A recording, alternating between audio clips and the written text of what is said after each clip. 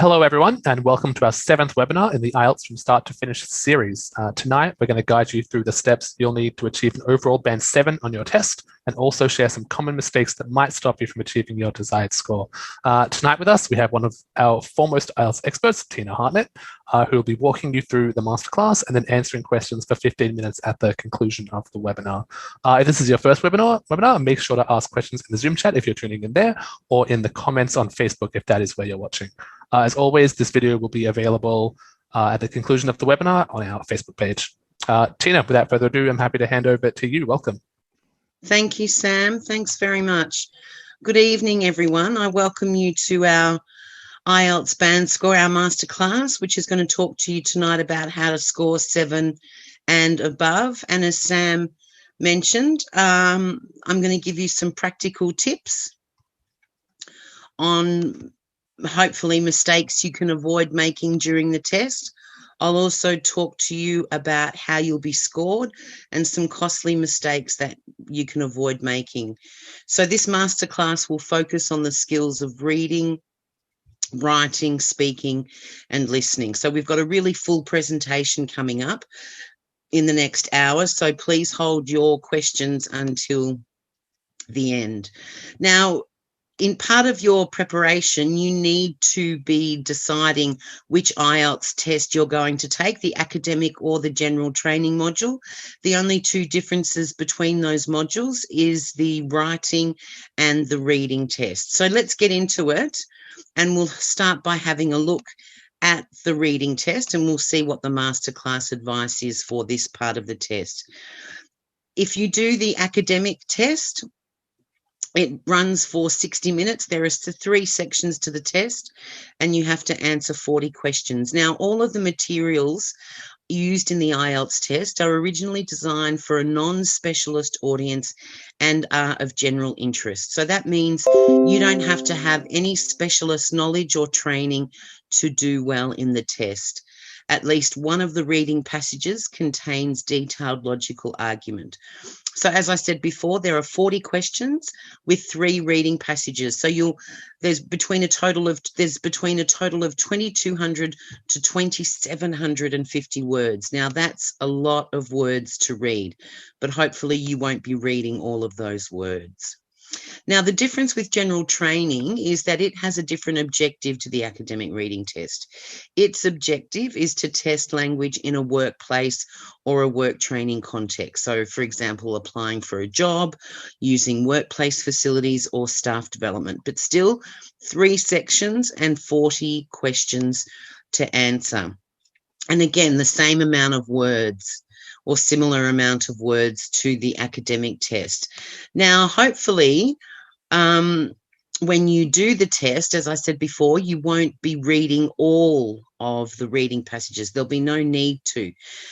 And what you need to do in your preparation is familiarize yourself with the range of question types that are used both in the academic and the general training. Now, these range of questions ensure that candidates are being tested on a variety of skills.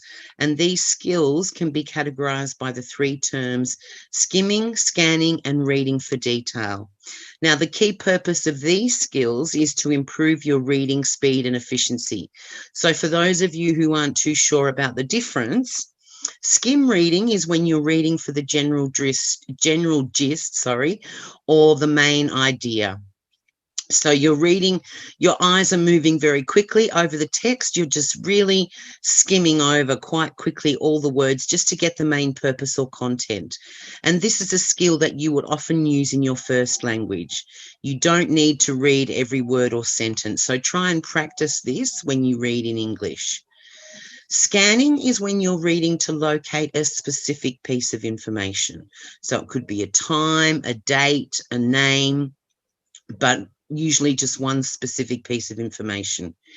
And reading for detail, that's intensive reading. So that's when you will need to read every word, but you'll only ever have to read part of a passage in detail.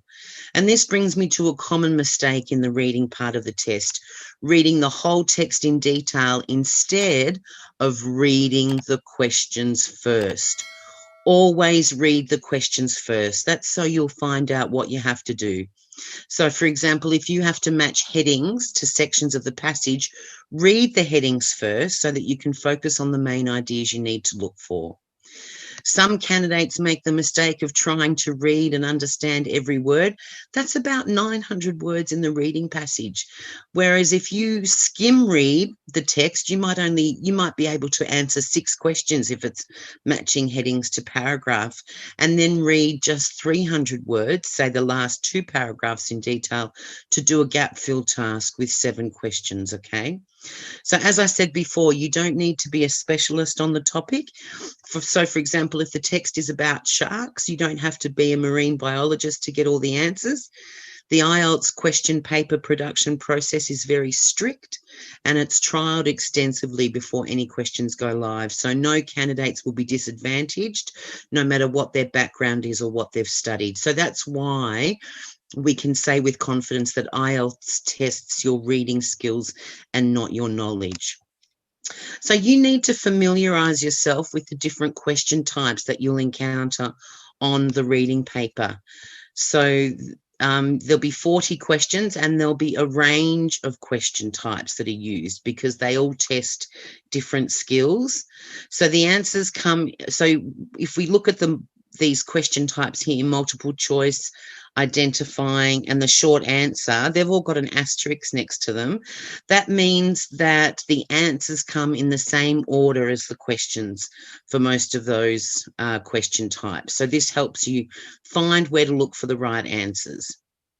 But there might be matching information to a paragraph, or matching headings to a paragraph, or doing some sentence completion. You might have to complete a notes in a summary or a diagram, or complete a table. You might have to label a diagram. There might be questions where you have to identify the writer's views or claims for such as yes, no, or not given. Which, let me just ask you, have a think about this. How often do you read a serious English language newspaper? I don't think we have the facility to do any polling during this webinar, but just think about how often do you read a serious English language newspaper or magazine? Is it every day, 2 or 3 times a week, once a week, or rarely? And if you're answering number 3 or 4, I would like to encourage you to do some more reading. Now, a common question type that you'll encounter on the reading test is a true, false, or not given. So this is where you have to identify what the text is saying. And if the statement is true, then the statement in the question agrees with the information that's in the writing passage.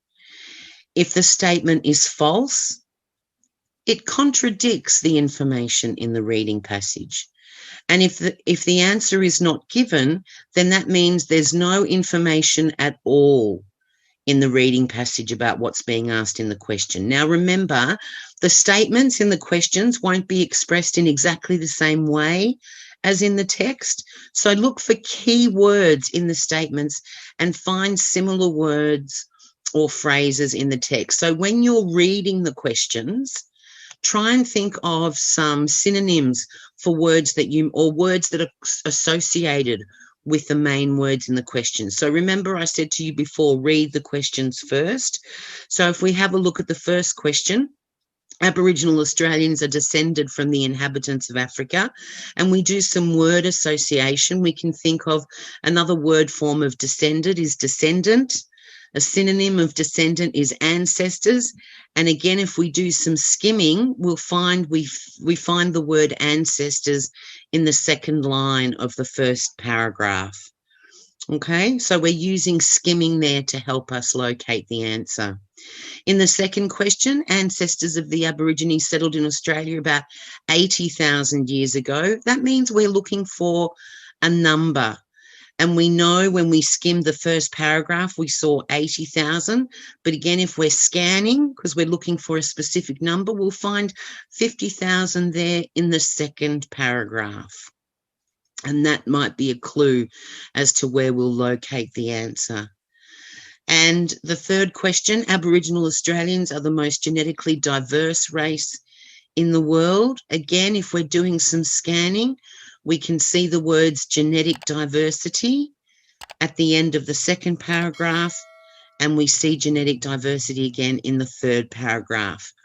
So that's why it's helpful to read the questions first. So if we have a look at question number 1, Aboriginal Australians are descended from the inhabitants of Africa, we can see that the answer is true. It tells us there in that first paragraph, in the first 2 lines, which we would have skimmed when we did our skimming at the beginning. The second question is false because they arrived over 50,000 years ago. And we find that answer in the second paragraph, which again, when we did our scanning before, we would have known where to locate that. Now, the reading for detail for the true, false, not given type questions occurred in the third paragraph. And there's no information given about whether Aboriginal Australians are the most genetically diverse race in the world. It's talking about them being genetically diverse in Australia, but not the world. So there's no information given about that at all. So you can see how important it is to read the questions first and also get an idea of how you don't need to read every word in the text to find the answers. So always look for synonyms and be thinking of synonyms and of the main words in the questions when you're reading the questions first, and look for distractions. In that third paragraph, they talked about being culturally diverse, but it's not the same as being genetically diverse. So there was a little trick there just to try and get you thinking along a different track. So be aware of that. Now, my masterclass advice is always start by reading the questions and then decide which reading skill is being tested. Do I need to skim? Do I need to scan or read for detail? And only then go to the reading passage. When you are reading, don't be put off by any questions you don't know the meaning of at first. You can try to work out their meaning from the context and the surrounding words. I also recommend that you read any headings, titles, or subtitles first, and look out for footnotes with definitions of any technical terms. So this could be in the form of labeled illustrations. So, for example, if there was a reading passage on hieroglyphics, talking about early writing systems, there could be a labeled diagram to show you. Now, if you're doing the paper-based test, you must write your answers directly onto the answer sheet. Okay, because when you do the reading test on the paper-based reading test, you're given a reading test booklet and an answer sheet. So write your answers directly on the answer sheet. You're not given any extra time to copy your answers across. So make sure to answer them directly on the answer sheet. And if you're doing the computer-based test, you'll be entering your answers in on the screen as you go. Now, you've got to answer 40 questions in 60 minutes. So answer the questions that you find easiest first, and then go back to any unanswered questions if you have time. Never, ever leave a blank answer on the answer sheet. It's always better to guess. And if you need to do any writing, if you're doing the paper-based test and you want to write some notes on your reading test booklet, you're allowed to do so. The examiner doesn't look at that booklet. And if you're doing the computer-based test, you're given a scrap piece of paper and a pen to make some notes. Okay, so let's move on now to the writing part of the test. And this is the test that candidates have the most problems with. Now, as I mentioned before, whether you do the academic or the general training module, the differences lie in the reading and the writing test. So let's have a look at the academic writing test first. You've got task 1, which is an information transfer task. So you're given information in a graph or a diagram, and you have to transfer that information in the text. And task 2 is an essay. In the general training module, you have to write a letter in task 1, and you have to write an essay in task 2, giving your opinion. Now, I stress that, giving your opinion, because that's the English language skill you're being tested on in both modules, academic and general training. In writing that essay, expressing your opinion is the language skill that the examiners are testing you on. So how you'll be scored. Now, if you have access to the IELTSessentials.com website, you'll find on that website the public version of the band descriptors, and there are 4 columns. There are 9 rows representing each band score, and there are 4 columns talking about how you'll be scored. Now, each of these columns are weighted at 25%. Task achievement is for task 1 of the writing test, and that basically means how well have you answered the question. Task response is for task 2 in the essay, so how well have you responded to the question. The next criteria is coherence and cohesion. So that basically means how well does your message flow? Have you used linking words to connect your ideas together? Have you used paragraphing? That's very important. Next criterion is lexical resource, which is a fancy word for your vocabulary. So have you been able to use a wide range of words to express yourself precisely, or have you used simple words repetitively? And the last criteria is grammatical range and accuracy. So again, have you used a wide range of grammar structures flexibly? Have you used a range and a mixture of simple and complex sentences? And that's how accurate are you in using those sentence structures? So this is the format of the question type for task 1. You have to summarize in your own words information that's presented either in a graph, a table, a chart, or a diagram. You must write 150 words, and you've got 20 minutes. We recommend only spending 20 minutes on task 1.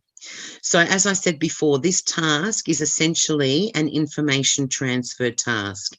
In other words, information is given to you in a visual format and you have to convert it into text. So try to imagine that you have to report on what you can see to someone you're talking to on the phone and they can't see the visual. So you have to identify the key information, the key features, and give a summary to that person.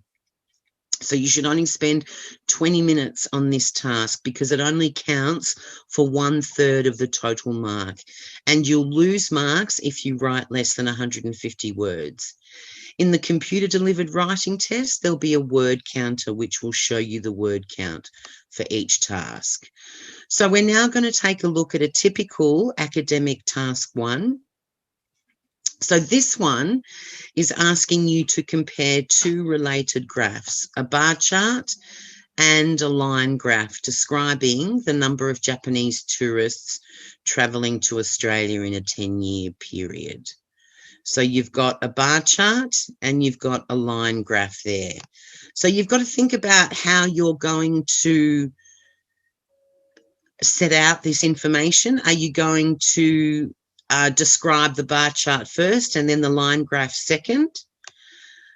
But think about also too how you're going to write your introduction. Think about how you're going to highlight the key features with figures, and also think about your overview. And I'll talk more about the overview in a moment. Now, the introduction's important. It includes the what, the where, and the when of all the information, okay? So let's have a look at this particular introduction. Now, this introduction covers the what, the where, and the when, and it skillfully includes the instructions, while at the same time, it adapts the grammar to suit the new sentence structure. So there's no need to explain to the examiner what the X and the Y axis do. So that's my first rule for the masterclass, write an introduction. Okay, That's really, really important. So this is a good one. The chart and graph compare the number of Japanese who spent their holidays overseas from 1985 to 1995 with the proportion of them who visited Australia. Now, the next rule was to highlight the key features, and that was only the most important information, and highlight the key features with figures, as in this sample answer. Now, in 1985, only about 5 million Japanese travelled abroad, after which the number increased steadily. By 1990, the figure had more than doubled to 11 million. Apart from a slight drop the following year, the upward trend continued until the end of the period when numbers reached over 15 million. So when you're highlighting the key features are what is the most of something, what is the least of something. Has the trend been a similar trend? Has there been continual growth? Or has there been a counter trend, something that's important or unusual? It's only the most important information that you need to describe. Now, this candidate chose to describe the bar chart first and then the line graph, okay? So while this is the line graph that's being described, while Australia was the destination for under 2% of Japanese tourists in 1985, that percentage had risen to over 6% by 1994. The proportion grew consistently, apart from a slight fall in 1990, 4.5% to 4%. After reaching its 1994 peak, the percentage declined marginally to 6% in 1995. So again, what was the least of something? What was the most of something? There was steady, consistent growth, except for a slight fall in 1990.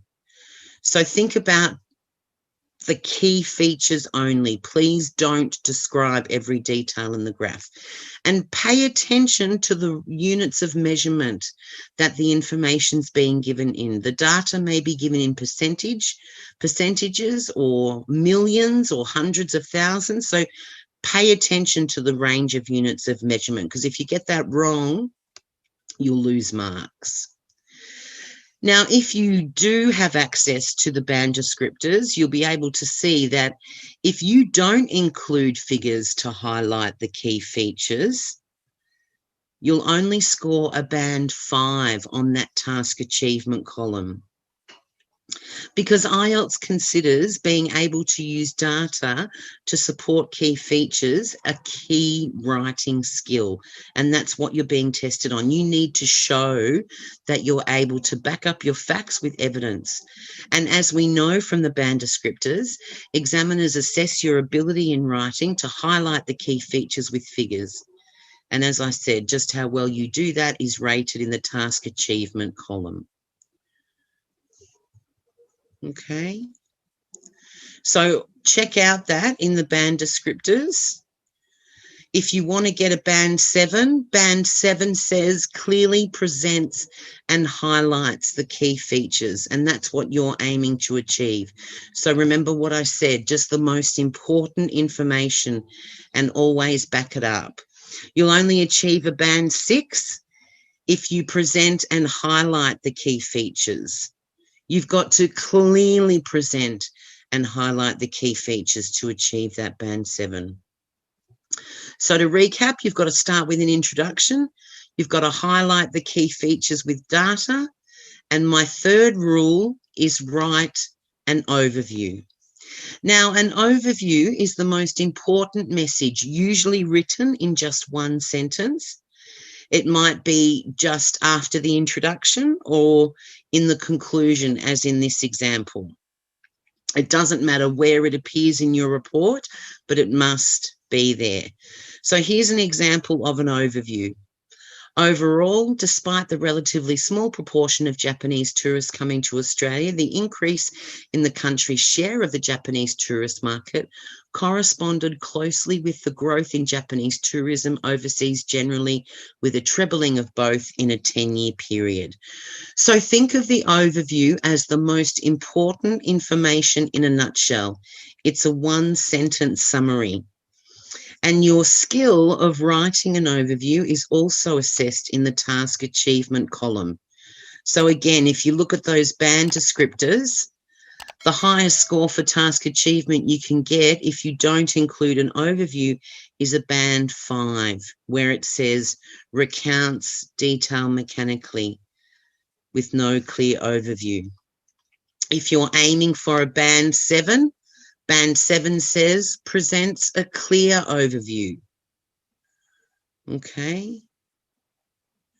So the difference, and in band 6 it says presents an overview, but your overview to achieve a band 7 will be much clearer than an overview in a band 6, okay? And that's what you're all aiming for, I know, is your band 7. Now, the examiners can read how many words you've written, so please make sure you write at least 150 words. Make sure that you've made effective comparisons. The task instructions say make comparisons where relevant. So this still applies to stages of a process, and please make sure you look at some process type of questions in your preparation. So, for example, if we've seen a diagram of some brick manufacturing where the bricks are placed at higher temperatures or left for longer periods of time, that's something that you might be able to compare in those different stages of manufacturing. Now, you must, of course, use the right text type or format for your answer. Academic task 1 must be written as a factual report, not as a letter or a lecture, okay?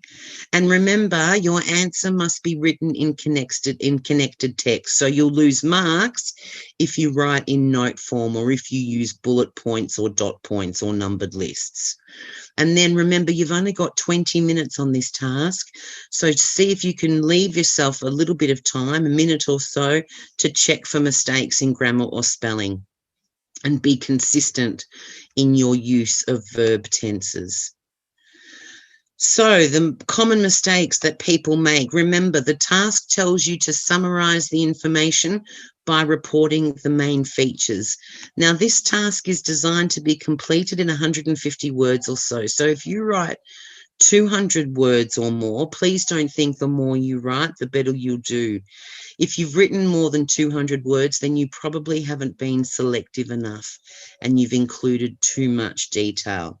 So you should aim to just identify trends or patterns rather than describing every detail that occurs.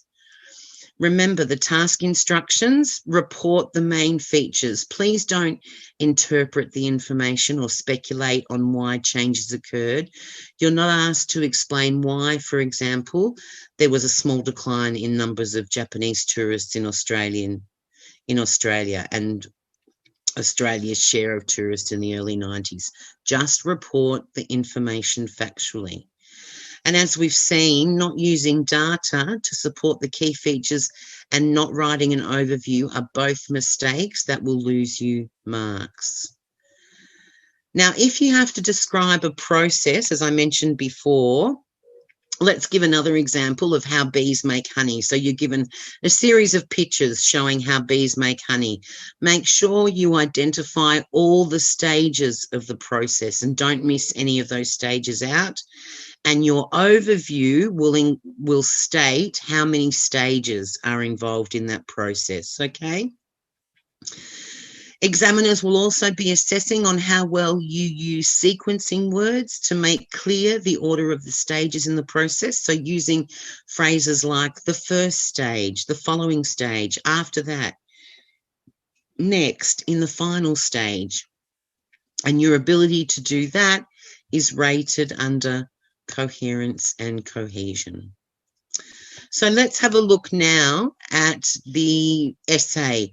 For task 1, for the academic and the general training module, you have to write an essay in task 2. We don't have time to look at a general training task 1 letter in this webinar, but again, make sure if you're doing the general training module that you have a look at some examples of letters that you might have to write. Now, the essay types that you'll encounter, whether it's academic or general training, are both similar. So you'll either have an opinion essay to do, a discussion essay, a multi-part question, or it could be a multi-part question and opinion. And a multi-part question, number 3 or number 4, are typical questions that you'll come across in a general training essay. Now, let's have a look at an opinion essay. Now, remember, the task 2 essay accounts for 2/3 of your writing marks. So please make sure you spend that 40 minutes doing it. But you shouldn't start writing as soon as you see the task. First, you have to analyze the task and decide on the right approach to take, because each task requires different approaches. So if we look at this question, some people believe the increasing popularity of shopping as a leisure activity is a positive trend. So that's the topic. Here's what you have to do. To what extent do you agree or disagree with this opinion? Now, in this part of the question, you need to ask yourself, how many parts of this task do I need to address? Do I have to write about agreeing and disagreeing, or do I only have to write about one part, agreeing, for example? Now, remember, you've got 40 minutes to spend on this task, and it must be 250 words. Now, if you're looking at this question, you're probably thinking that you have to address 2 parts, because if you want to achieve a band 7, it says addresses all parts of the task. But there's only one. You don't have to address 2 parts of this task. There's only one part. And this type of question requires only your position. Do you agree or disagree with this opinion? So it only requires your position, but it must be well developed with plenty of supporting ideas. It doesn't require the opposing viewpoint to be discussed. Although if you wanted to, you could. A balanced essay would also be acceptable, but your position as the writer must be clearly and consistently expressed throughout. Let's have a look at the next one. This is a discussion essay. So again, some people believe the increasing popularity of shopping as a leisure activity is a positive trend. Others believe it's harmful to individuals. That's the topic. Here's what you have to do. Discuss both these views and give your own opinion. So again, if you're thinking to yourself, how many parts of this question do I need to address? This is where you find out. Discuss both these views and give your opinion. So you have to talk about why some people think the increase of shopping as a trend is positive. And you have to talk about why some people think it's harmful, and you have to give your opinion. So there are 3 parts of this task that you need to address. Okay? And again, if you want to get that band 7, you have to address all parts of the task. Our next essay type is a multi-part question and essay. Now, again, you've got to analyze the task first. So shopping is becoming more and more popular as a leisure activity. However, some people feel that this has both positive and negative effects. Why is shopping so popular? What effects does its increase in popularity have on individuals and on society? So again, ask yourself, how many parts of this question do I need to address? Because I want to get that band 7 where it says addresses all parts. Now, you might think, oh, I have to talk about why shopping is so popular, and then I have to talk about the effects of shopping. So that's 2 parts. But I would suggest to you to go back and read it again, because there are 3 parts. You have to talk about why shopping is so popular, and you also have to talk about what effects its increase in popularity has on individuals, and you also have to talk about the effects that the increase in popularity has on society as well. Now, if you're looking at those band descriptors, if you only write about why shopping is so popular, or if you only wrote about the effects that shopping has on society, you would only get a band 5 because that says addresses the task only partially. And only addressing part of the task will limit you to a band 5, whether you do academic or general training. So please spend that important time at the beginning analysing the tasks and making sure you're really clear on how many parts you have to write about. And our last question type, the multi-part essay and opinion. Remember, analyse the task and decide on the approach.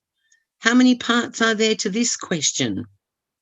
There are problems with the increasing popularity of shopping as a leisure activity. What form do these problems take? Do the problems outweigh the benefits of shopping as a leisure activity? Now, remember, there's a plural form in this question. What form do these problems take? Now, that doesn't mean you have to come up with a list of problems. Just make sure it's more than one. So write about a minimum of 2 problems. And then you only have to write about whether those problems outweigh the benefits. You only have to write about 2 of those. So you're going to have to describe any problems that are associated with the increasing popularity of shopping as a leisure activity and an opinion about whether the problems outweigh the benefits. Okay. Now, the question kind of implies that both problems and benefits should be discussed. But to get band 7, candidates must cover both parts, and you must focus on shopping as a leisure activity. So come up with a couple of problems and then talk about if those problems outweigh the benefits. Okay, so you can see that a different approach is needed from the previous task. Now, let me summarise the masterclass advice to you, highlighting the writing skills that the examiners are looking for and emphasising the common mistakes I want you to avoid in this part of the test. Remember to allocate your time and spend 40 minutes on task 2 because it's worth more than task 1. Okay, it's worth twice as much as task 1. You'll always be asked to present your point of view or a point of view. That's the writing skill you're being tested on in task 2. So decide on your position and express your view clearly. Organise your ideas into paragraphs. So you should have a paragraph for your introduction, 2 or 3 paragraphs for the body, and another paragraph for the conclusion. That's really important. And try to use a range of vocab and grammatical structures. Always, and I said this a lot before, just analyse the content.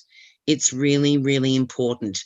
And use paragraphing and linking words to join your ideas together. Paragraphing is so important.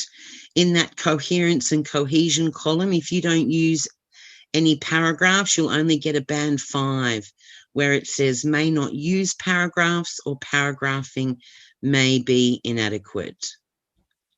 Okay, don't write in note form. Don't use headings or bullet points or numbered lists. Remember, it's an essay, so you've got to use connected text. And try to leave yourself enough time at the end to check your work carefully. Now let's have a look at the speaking test. The speaking test is the same for both the academic and the general training module. One of the wonderful advantages of having an IELTS speaking test is it is with a real life human being. You don't have to talk into a computer and you're sitting face to face with an examiner, which allows for real life communication between the candidate and the examiner. Now, in the different parts of the test, examiners are listening for different language skills. So in part 1, the examiner is listening for your ability to talk about yourself, to talk about your likes and your dislikes. And it's always important to be able to answer the question why. The examiner will ask you why a lot. especially when you're discussing what you like and dislike. So be prepared to give supporting reasons for your answer. Part 2, you're being assessed on how well you're able to organise and present a short talk. And part 3 is your ability to participate in a two-way discussion.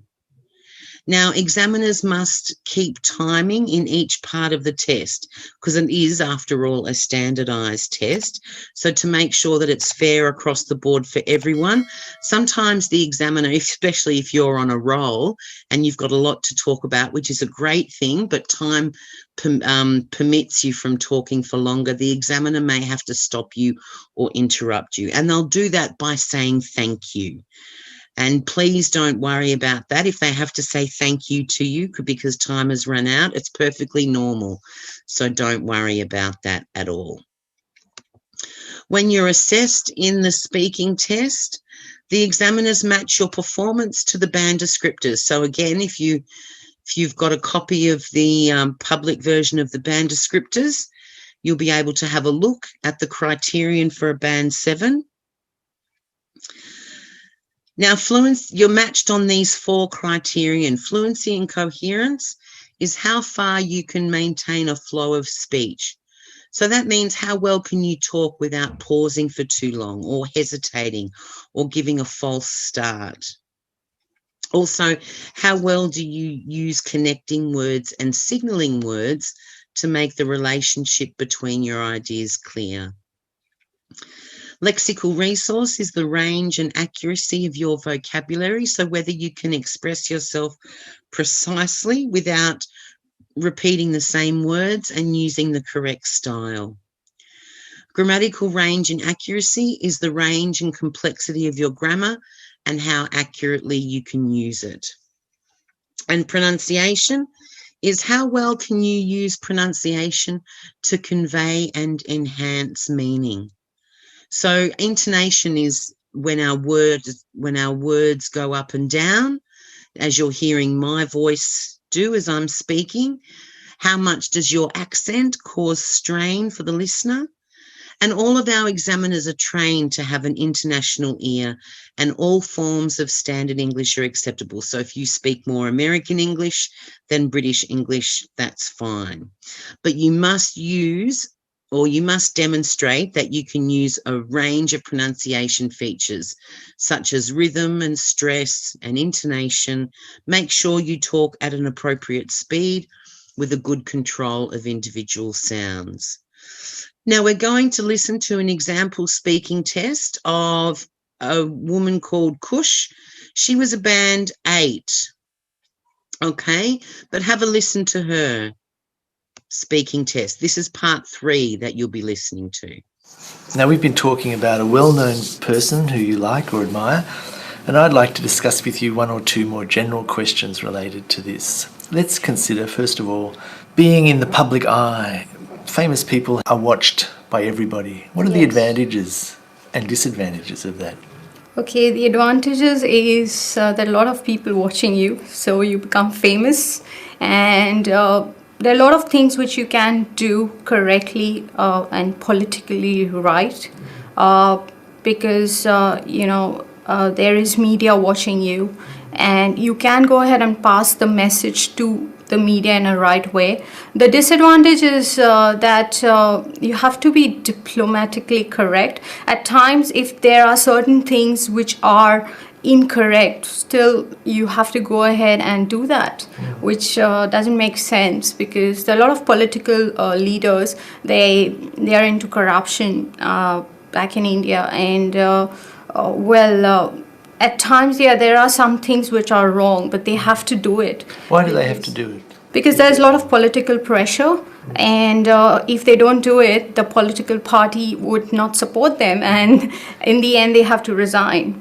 Do you think the media plays a role in that? What is the media's approach to reporting what famous people do? Well, media plays an important role. at times media will actually show things which are not correct, or if you see it, it looks like, yeah, he's wrong, but that's not the case. So media plays a very important role. They portray in a wrong manner at times, and sometimes they do portray in a right manner. Can anything be done about that, do you think? Not really, because in today's world, what has happened is everything is communicated by media, television, news, internet.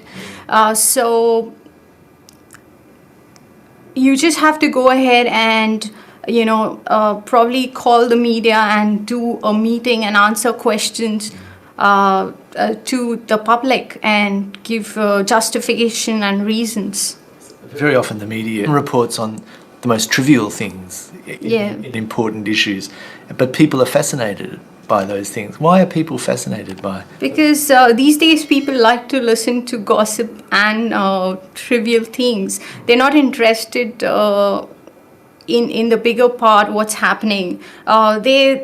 They have a simple life. They would like to live it their way. They are not bothered what is happening within the country. There are only few people you see are really interested in knowing about the country and getting all the information and reacting. Let's go on and talk about this celebrity culture. How are famous people used by advertisers nowadays? Famous people are really used for advertising because, one, they can promote the product, and two, there are a lot of fans. They're fans. So obviously if they are using that product, what will happen is those fans will actually use that product, and of course it's a money-making business. I mean, if Mahatma Gandhi wore a watch of Swatch, I would wear it. Yeah, I would wear it. I was like, oh, he wore it, I'll wear it. The use of famous people in advertising and other things, do you think that has a negative effect, especially on young people? At times, yes. There are some of the advertisements which are not meant or not, they are offensive to younger generations. So at times, yes. Do you think that famous people can influence public opinion beyond just selling things? They can make people vote differently or believe? Yes, they can. They influence a lot of people today. Even cricketers or any kind of famous personality, they influence the public, to do things. How do you feel about that? I'm fine with that, as long as, at times I do like, but then at times I don't like, so I don't bother much. All right. Well, thanks, Kush. That's the end of the speaking test. Thank you. Okay, so let's have a look at what the examiner's comments were about Kush. She is a clear example of a Band 8, and her performance is consistently high across all the criteria.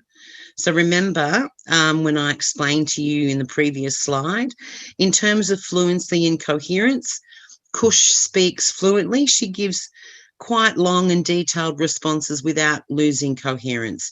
She does hesitate sometimes, but this is only related to the actual content of what she's saying and only occasionally to search for language. And she uses fillers such as I mean, and these cover up her hesitation. She also uses linking words and markers very naturally. Phrases like, that's not the case, and I'm fine with that. Her lexical resource is wide and allows her to talk about a range of topics flexibly and precisely, with many examples of excellent range. So political pressure, into corruption, today's world, promote the product, a money-making business. So good use of collocation there. Only occasionally does she make any mistakes. She says, do a meeting, and in a right manner. She also uses a wide range of grammatical structures with a high degree of accuracy, and she makes only minor errors occasionally. And in regards to her pronunciation, she uses it well to reinforce meaning with rhythm, stress, and intonation all used well. Okay, only occasional problems with word stress and some formation of the TH sound. So she's a clear example of a band 8. Okay. So let's have a look at the masterclass advice. Try to do as much as you can in English before the test. Try to speak at a steady pace. Now, in part 1 of the test, you're always going to be asked about the work you do, or about do you work, or are you a student, or about where you live. So it's good to have practiced what you can say about where you live and what you do, but avoid memorizing answers, okay? They won't sound natural, and you won't get marks for language that's been memorized. Speed of delivery is also important. So a common mistake, because you'll be nervous, is to speak too quickly in the test. So just try and speak at a nice, regular pace. In part 2, you're given paper and pencil to make some notes. So write down any keywords that you can use for each point of the task card you're given. Use the 4 points to structure your 2-minute talk, and use the key vocab in your notes to help develop each point. The 4th point always asks you to explain something. So this is the one which gives you the most to talk about. Choose fillers that you think are appropriate. So instead of hesitating or going, you know, say, oh, hang on, let me think about that for a moment. Or, gee, that's a good question. I've never thought about that before. And, you know, Kush didn't allow any mistakes to stop her. If she made a mistake, she just kept going. And practice giving extended answers to questions. And always be prepared to give reasons for your answers. Like I said before, the examiner will ask you why. And the type of topics that you're given are, again, a wide range of topics. So don't worry, you'll be able to talk about the task that you're given. And always try to smile when you're doing the test, and try and relax. There'll be a digital recorder there recording the test. Just pretend that it's a mobile phone in front of you. Now, we don't have time to do a practice listening test in this webinar, but let me just quickly run through the listening test. It's the same for both the academic and the general training module. There are 4 sections in the listening test, and each section gets more difficult. This gives candidates with strong listening skills the chance to show how well they can do. Now, there are different types of questions on the listening test, just like there is in the reading test. So you might have gap fill questions, matching words to diagrams or tables or maps, or sentence completions, or short answers to open questions, or you might have to complete notes in a summary or a table, or there might be multiple choice. And if you're doing the paper-based test, you're given a listening test booklet and an answer sheet. Write your answers on the answer booklet as you go, and then you're given 10 minutes at the end of the test to transfer your answers over onto the question paper.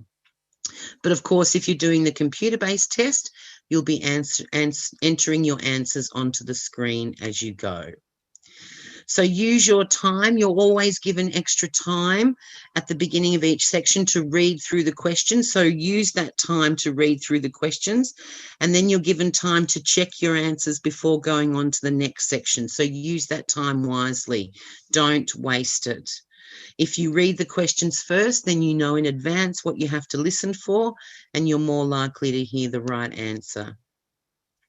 When you've read the questions for the next section, again, try to think of synonyms or words or words that you might expect to hear. So, for example, if there's a question about climate change, think of related vocabulary that you might hear. For example, global warming, rising sea levels, and so on, and keep these in mind when you're listening. You've got to be able to multitask in the listening test. So you've got to look at more than one question at a time and try to be one step ahead. So, for example, if you're up to question 3, you need to be looking ahead to question 4.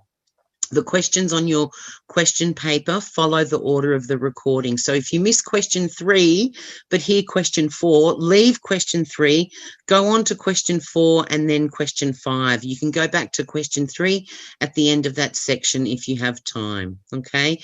As with the reading test, never leave a blank space, always try and guess your answer.